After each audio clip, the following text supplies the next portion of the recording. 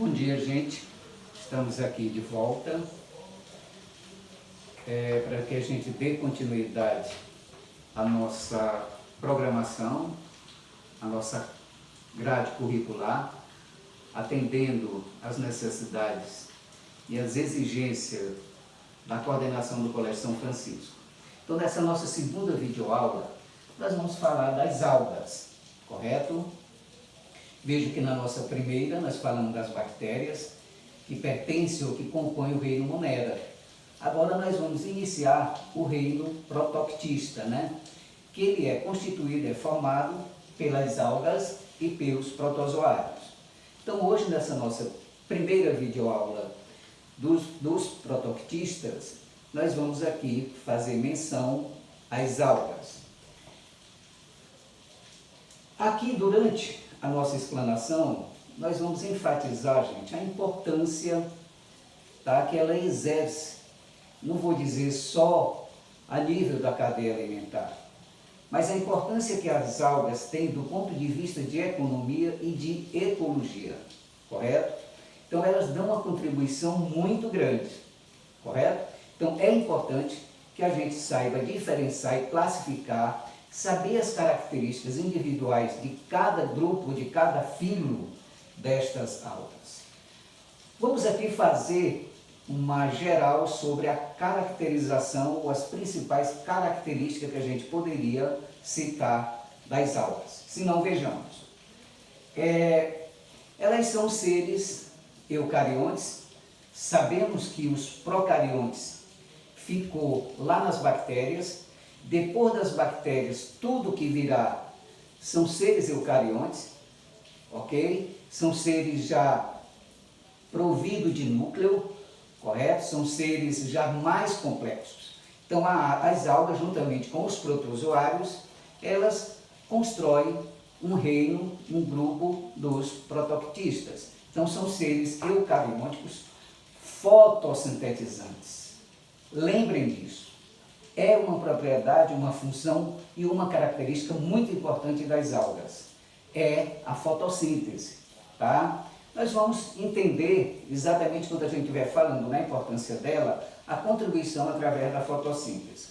Elas podem ser uni ou multicelulares. Então nós temos algas constituindo uma única célula, como nós temos as algas filamentosas, que são algas que inclusive chegam a ter 60 metros, para vocês terem uma ideia. Elas diferem das plantas porque as plantas, como os seres superiores do reino vegetal, nas antigas, antes dessa classificação atual, as algas elas eram inclusas lá no reino planta. Elas foram desmembradas e associadas aos protozoários e transformaram num reino só chamado protoctista.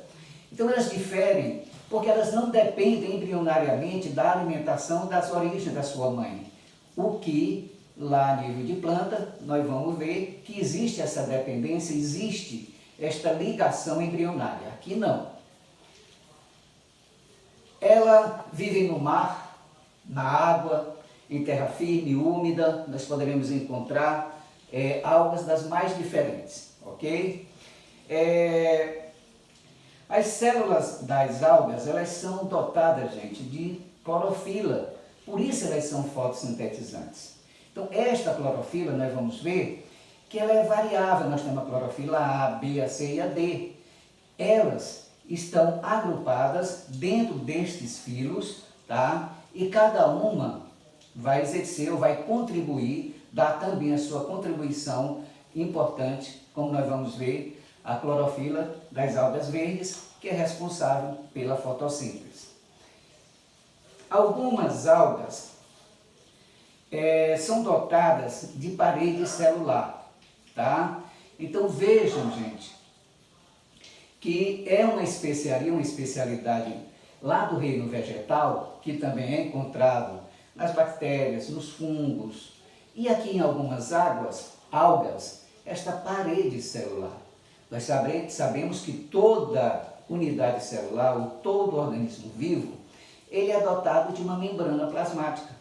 Aqui, nas algas, ela apresenta também, algumas, não todas, apresentam a parede celular. e naturalmente vai ter também a sua importância do ponto de vista estrutural.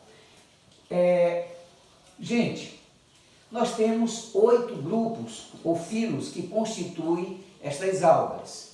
Eu chamo a atenção dos colegas e queria inclusive aproveitar a oportunidade para que em casa vocês se debruçassem no livrinho de vocês e buscassem ver as características de cada filo deste, que vai ser uma das nossas atividades.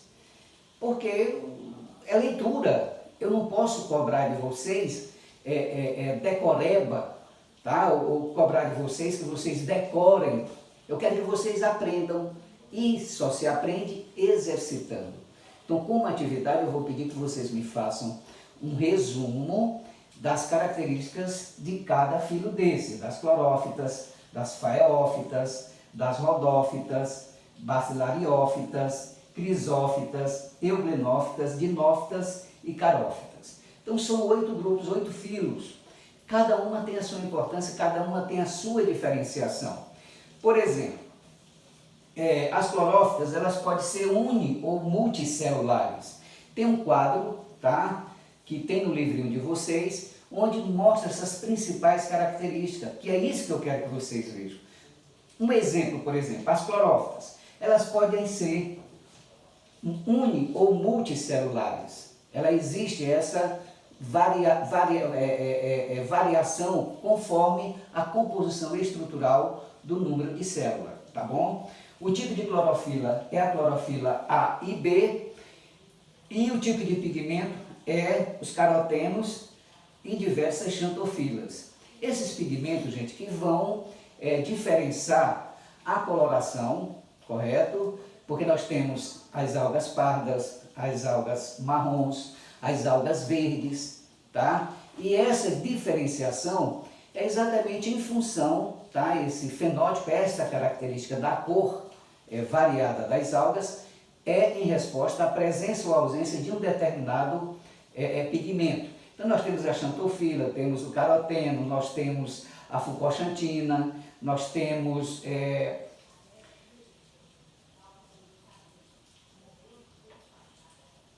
enfim, são estes pigmentos que variam de alga para alga, que vai fornecer essa variação na tonicidade, vamos dizer assim, ou na cor em que ela se manifesta lá no seu habitat, tá bom?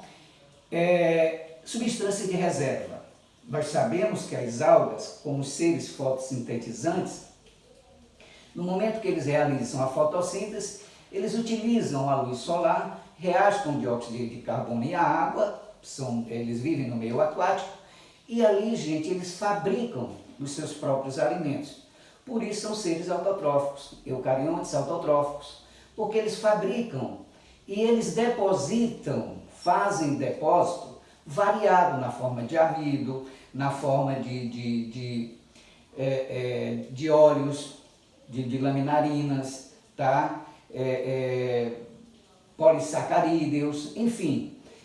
Ela varia essa sua forma de deposição dos seus resíduos, que vai servir, quando nós estivermos falando lá da cadeia alimentar, vocês vão ver que esta reserva ela é muito importante, porque as algas, elas fazem parte do plâncton, né? Que é aquela nuvem, vamos dizer assim, que existe laminarmente bem na lâmina superior dos mares, dos lagos, dos rios, e que é a base fundamental, podemos dizer antecipadamente, que é a base de sustentação da cadeia alimentar. Então é aqui nessa reserva variada que nós vamos encontrar uma forma de mostrar a importância que elas exercem dentro da cadeia alimentar. Sabemos nós que eles são seres produtores, são os seres da base da produção, da base de sustentação, correto? Da vida aquática. Então os microcrustáceos que já são ou fazem parte do zooplâncton se alimentam do fitoplâncton, que são as algas, as bactérias fotossintetizantes. Então nós vamos ver com detalhes, tá bom? Gente, a reprodução. Nós sabemos que as algas, elas como sendo seres, digamos, inferiores, elas apresentam a reprodução assexuada e a reprodução sexuada, tá? Elas têm uma forma especial que os autores aqui classificam como reprodução sexuada, que é o da conjugação. Então nós vamos ver com detalhe. Então a reprodução assexuada, gente,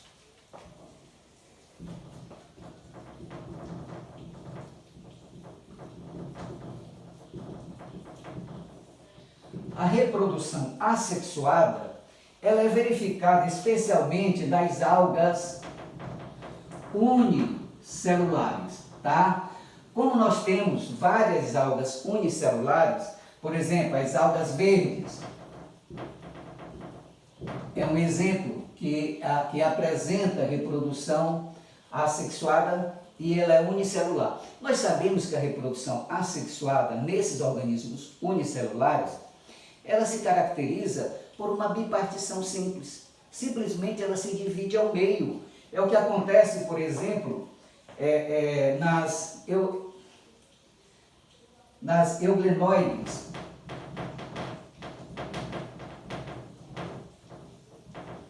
Aqui nós temos uma alga euglenoide, ela começa a se dividir ao meio, tá? De certa forma que ao final ela vai dar, tá? Duas outras algas semelhantes, uma bipartição simples. Sabemos nós que a cisparidade, que é aquela divisão onde a célula se divide em dois, esse mesmo raciocínio é trazido aqui para as algas, que são organismos unicelulares. Nós vemos as algas verdes, as diatomáceas, as algas douradas, as euglenoides e as dinoflageladas. Então, esses 5 tipos de algas, por elas serem unicelulares, elas apresentam essa forma especial de divisão binária, ou seja, simplesmente ela se divide ao meio. E as algas filhas passam a ter as mesmas características da mãe.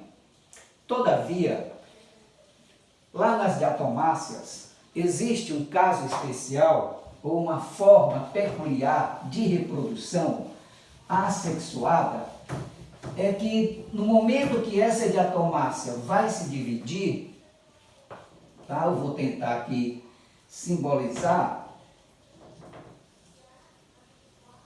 ela vai dar, digamos, não é uma cisparidade 100%, ela se divide em duas, só que ela vai formar, digamos, uma filha menor e uma filha maior, correto? Acompanhe esse raciocínio. É uma reprodução assexuada ou bipartição, sendo que normalmente ela forma uma carapaça menor e uma carapaça maior, ou seja, vai dar 2 filhas, só que uma menor e a outra maior. Essa maior vai se dividir novamente e vai dar uma menor e fica sempre outra maior. Então essa divisão continuada, lá no final, como se fosse uma espécie de reparação, ela se reproduz sexuadamente e as filhas passam a ter a mesma morfologia, o mesmo tamanho da célula de origem. Mas no princípio, ela se divide por bipartição ao meio, sendo que uma filha é maior e a outra é maior, e a outra é menor, tá certo? E essa continuação, como eu já disse, vai sempre dando uma filha menor e a outra maior. São particularidades, mas não deixa de ser uma reprodução assexuada. Sabemos nós que a reprodução assexuada, ela não tem a interferência dos gametas sexuais.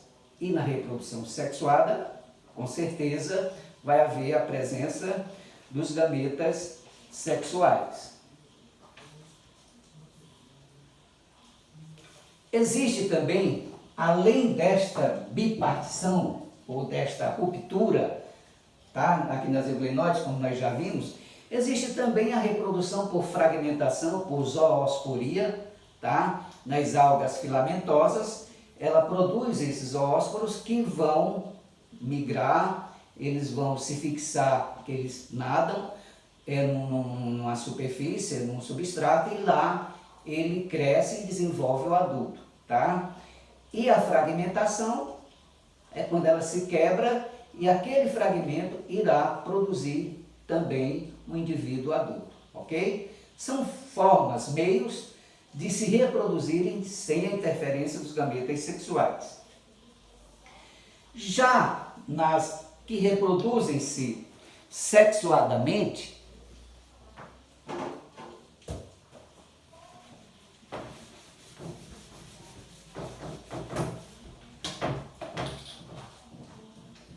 então nós vamos ver que a reprodução sexuada, gente, ela pode acontecer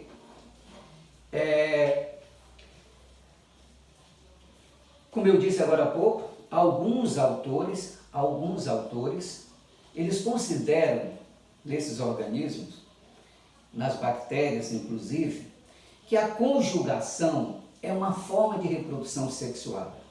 O que acontece com a conjugação? Uma alga filamentosa, tá? Que produz o gameta masculino e essa produz o gameta feminino. Elas emparelham-se e constroem por protuberância este filamento de ligação entre uma e outra. O material genético do macho, o DNA do macho, deste elemento, ele passa e fecunda, tá? Quando ele se encontra com o óvulo. Isso daqui, gente, olha, é uma troca de material genético, é um encontro de material genético, correto? E ele passa de uma para outra e vai haver a formação do zigoto. E aquele zigoto, que é diploide, ele vai sofrer meiose e formar indivíduos adultos. Então, esta forma, que ele chamou de conjugação, ela é compreendida como sendo uma reprodução sexuada, correto? Mas nós temos, por exemplo, nas algas unicelulares, que os organismos unicelulares comportam-se como se fossem os gametas, tá? Então eles se encontram naturalmente, fertilizam, fecundam e formam o ovozigoto, da mesma forma.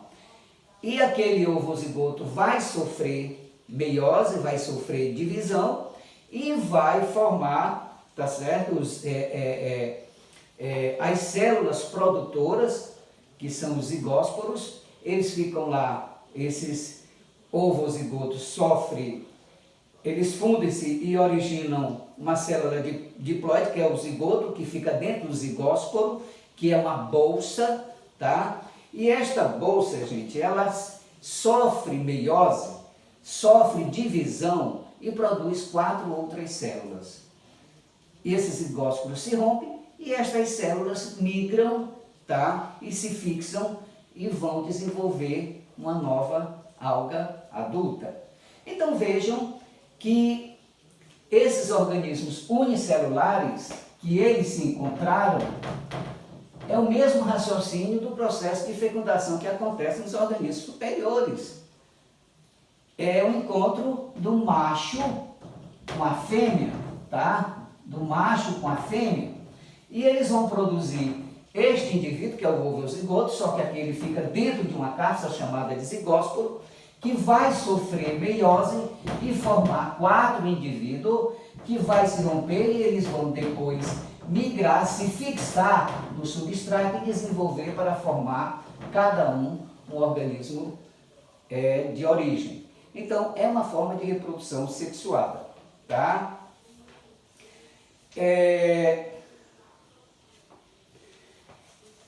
Saindo da reprodução sexuada, gente, nós temos uma forma chamada que é a alternância de geração. Que forma de reprodução é essa? É quando ele sai, ou quando ele alterna a categoria haploide e diploide, ou diploide e haploide. Então o esporófito produz células especiais que vai liberar os esporos que vão sofrer, que são diploides, eles sofrem meiose, quando eles são diploides, apresenta 26 pares cromossomiais. Então, no momento que ele sofre a meiose reducional, se transforma em esporófito ou esporófito haploide. E cada um destes vai produzir o esporófito. Lá no esporófito vai produzir o gametófito, masculino e feminino. E eles se encontram, tá? Fertilizam e formam da mesma forma. O processo de fecundação forma um componente diploide que vai sofrer mitoses até se transformar no indivíduo adulto, que vai produzir o gametófito, que é diploide. Então vejam que horas ele apresenta a fase que a gente chama de meiose esporófita, onde aqueles esporos vão sofrer redução. Eles vão sair da categoria 2N para a categoria N, ou seja, da categoria diploide para a categoria haploide. E estes aqui vão produzir gametófito, que vão produzir os gametas, que vão se encontrar e formar novamente a fase haploide. Então é um ciclo que eles chamam, os autores chamam de alternância de geração. Gente, agora a importância.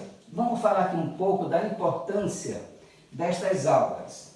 Então nós sabemos que as algas, elas têm a sua importância tanto ecológica como econômica.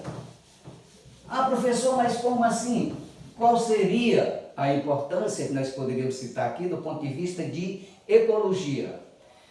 Eu disse lá no início, nas características dela, onde é que nós encontramos as algas? Nos mares, nos lagos, nos rios, nos terrenos úmidos.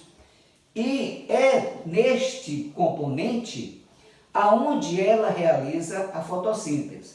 Então nós sabemos que nos mares, que compreende 80%, vamos dizer assim, da nossa parte líquida do globo terrestre, juntamente com os rios e lagos, nós temos em torno de 75% de água. Então na lâmina, ou ao longo deste volume d'água, nós vamos ter aquela nuvem, que os autores assim denominaram como sendo o plâncton. Então o plâncton, ele é constituído pelo fitoplâncton e pelo zooplâncton.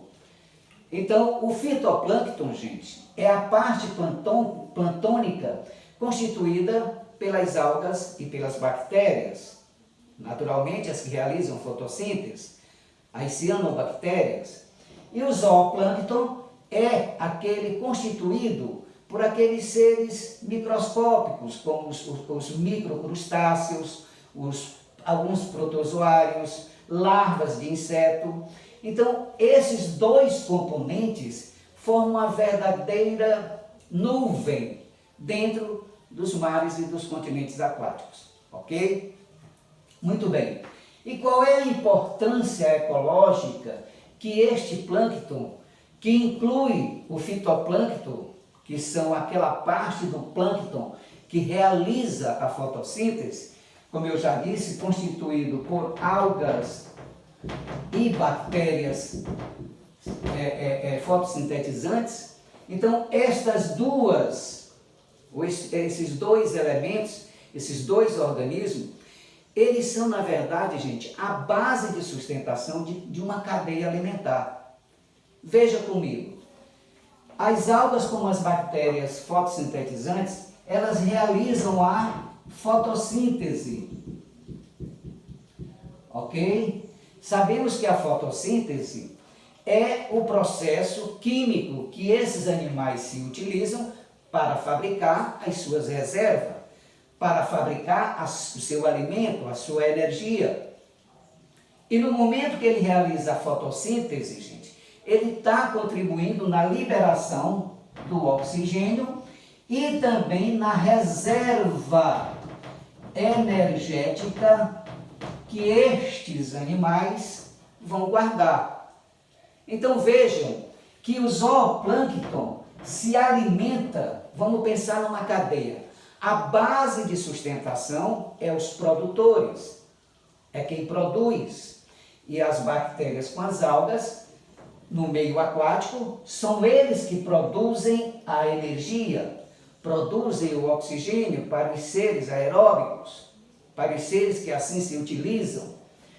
Então vejam que a importância ecológica é muito grande, porque eles sustentam, por exemplo, estes zooplâncton que se alimentam destas algas e das bactérias, porque no momento que eles se alimentam de uma alga, de uma bactéria, eles estão capturando energia por eles serem heterotróficos, eles não fabricam os seus alimentos, então eles estão buscando a sua energia aqui. Então ocorreu a transferência de energia da alga para o zooplâncton. Aí vem o peixe, come esse microcrustáceo, come essa larva. Houve novamente a transferência da energia para esse peixe pequeno. Vem um peixe maior e come. Novamente ocorre a transferência de energia. E em cadeia, isso mantém a importância ecológica da existência de um equilíbrio naquele meio ou naquele ecossistema aquático. Então veja a importância, gente, que as algas com as bactérias exercem no seu ecossistema, lá no seu meio, porque elas sustentam. Como se não bastasse, 21% de oxigênio existente no planeta é produzido pelas algas, pelos seres fotossintetizantes, os vegetais, as algas e as bactérias. E desses 21%, 90% vem aqui deste fitoplâncton aquático. É onde eles produzem o oxigênio que vai para os seres superiores, ou para os seres que assim precisam dele. Então vejam como é importante esse equilíbrio ecológico que existe neste meio aquático. E por que não dizer, nós, heterotróficos, que comemos, nos alimentamos de crustáceos, que nos alimentamos de algas, como é o caso lá dos orientais e aqui também, nós estamos lá dependendo deles. Então é uma cadeia interdependente muito importante. E do ponto de vista de economia, gente, onde é que entra a importância destas algas, aqui como seres de contribuição na manutenção da nossa economia? É bem verdade que, do ponto de vista nutricional, elas são sim, elas contribuem sim do ponto de vista de nutrição, com contribuição de proteínas, de vitaminas, de sais. Nós aqui não temos um hábito ou o hábito de nos alimentarmos das algas, mas os orientais, especialmente os chineses, os japoneses, e que já chegou até nós, quem não gosta de um sushi, não é verdade? Então, estas algas, algumas especiarias, elas passam por processo de desidratação, são prensadas e servem para a construção do sushi, que é servido aos orientais, e por que não dizer a nós que gostamos, aos finais de semana, de buscar uma forma diferente de se alimentar. Então está lá as algas dando a sua contribuição econômica, no setor nutricional. Os chineses, os orientais de uma forma geral, eles praticam muito o hábito alimentar comendo as algas, de forma diferenciada, porque ela tem a sua contribuição, em sais, em vitaminas, em proteínas. Então, eles lá utilizam muito mais do que nós ocidentais. Mas elas também, algumas algas, elas são muito participativas ou entram na contribuição, por exemplo, na indústria, na indústria farmacêutica, na indústria medicamentosa, lá nos experimentos científicos, o AGA padrão, por exemplo, que é um polissacarídeo de reserva lá das algas, a carrenitina também é utilizada, como lá no manuseio para manter o equilíbrio do AGA, juntamente com o AGA padrão, porque nos experimentos científicos, quando você quer, por exemplo, saber uma bactéria, o grau de reprodução, a capacidade reprodutiva, o tipo de bactéria, existe o que nós chamamos de H padrão, muito usado no meio científico, onde você serve como meio de cultura utilizado, tá, para o exame lá nas placas de Petri, para você identificar que colônia de bactéria existe dentro de um determinado meio nutricional, correto? Então, fica aqui a nossa contribuição nessa informação sobre as algas. Eu peço que vocês leiam, é apenas leitura, tá? Procurem ver todos estes grupos, a caracterização individual, e quero que cada um, eu vou passar uma atividade, devo passar até amanhã de manhã, tá? E quero que vocês estudem e revejam essas características diferenciadas, você saber o que é uma alga verde, uma marrom, uma alga vermelha, tá? Saber a sua estrutura, as suas principais características, como é que ela se reproduz, eu quero e nós vamos cobrar, tá? Nas nossas atividades, ok? Meu muito obrigado, fiquem com Deus, descansem e não saiam de casa, tá bom? Tchau, um abraço.